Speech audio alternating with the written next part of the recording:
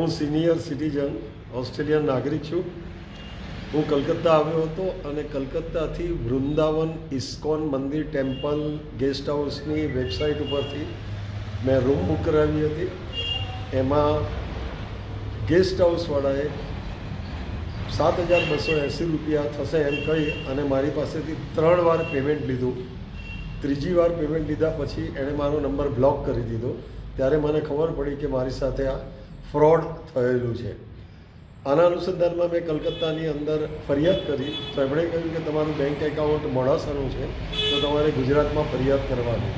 તો અહીંયા મોડાસા આવ્યા પછી મેં 1930 નંબર ઉપર ફરિયાદ આપી અને એમાં ત્યાંથી મને જવાબ આવ્યો કે લોકલ પોલીસ સ્ટેશનની અંદર આની અરજી આપી દો.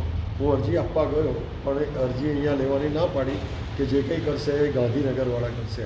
મારું સાહેબને કહેવાનું એ હતું કે મારો ફ્રોડ કેસ થયો છે એને બાજુ પર રાખી અને મારી પાસે એનો નંબર છે, હું એની સાથે ફ્રોડ વ્યક્તિની સાથે વાત કરી શકું છું.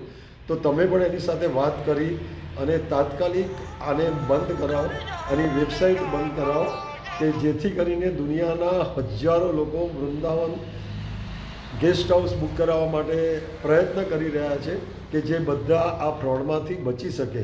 અને એટલા માટે મારો આશય એવો હતો કે તમે આ વેબસાઇટ બંધ કરાવો. એનો કોન્ટેક્ટ નંબર હું આપું છું, તમે એની સાથે વાત કરી અને તમે એને પકડો. પણ મારી વાત કોઈએ સાંભળી નહીં અને એમણે એમ જ જવાબ આપ્યો કે ગાંધીનગરથી જે કંઈ થશે એ થશે અને તમને પોલીસ સ્ટેશન બોલાવવામાં આવે ત્યારે તમે આવજો. ના, મેં પહેલાં ઓનલાઈન ચેક કર્યું અને અહીંયા મારા મિત્ર નિલેશભાઈ જોશીએ મને નંબર આપ્યો કે અહીંયા ચૌધરી સાહેબ છે, ચૌધરી સાહેબને મળો. ચૌધરી સાહેબને હું મળ્યો અને એમણે મને ચૌધરી સાહેબે કહ્યું કે 1930 ઉપર ફરિયાદ કરાવી દો. તો મેં કરાવી અને પછી હું ફરીથી એમને મળવા ગયો.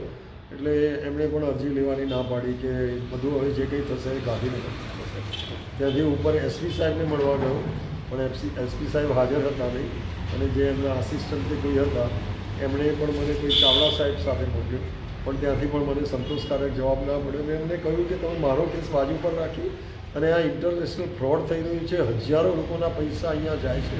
તો ડિજિટલની અંદર આપણો દેશ ખૂબ આગળ છે, ત્યાં આને તાત્કાલિક પકડી શકાય અને આ વેબસાઇટ બંધ કરી શકાય અને આ ફ્રોડ તાત્કાલિક બંધ કરી શકાય જો એની સામે યોગ્ય પગલાં લેવામાં આવે તો.